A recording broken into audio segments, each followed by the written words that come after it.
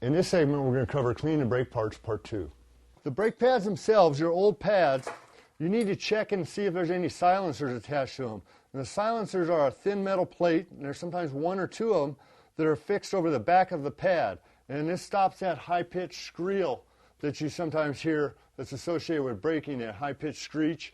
A lot of times that is an indication, or what causes that is the noise dampeners or the isolators that they put on the pads from the factory are missing.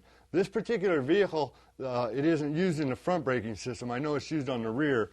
It just depends on your application, whether they're used on your vehicles or not. But you want to check the old pads and see if you've got those silencers. If you do have the silencers, you want to remove them and clean them because you're going to need to put them back on the new pads. The other thing you want to do is check your nuts that you pulled off. Make sure all the threads are clean on them. I like to just give them a quick blasting off with the brake clean. Make sure there's no dirt or anything that builds up around that lock washer that can inhibit its ability to tighten and hold the nut correctly, or the bolt, excuse me. And after you clean those, set those aside. Please watch our next segment on compressing the caliper.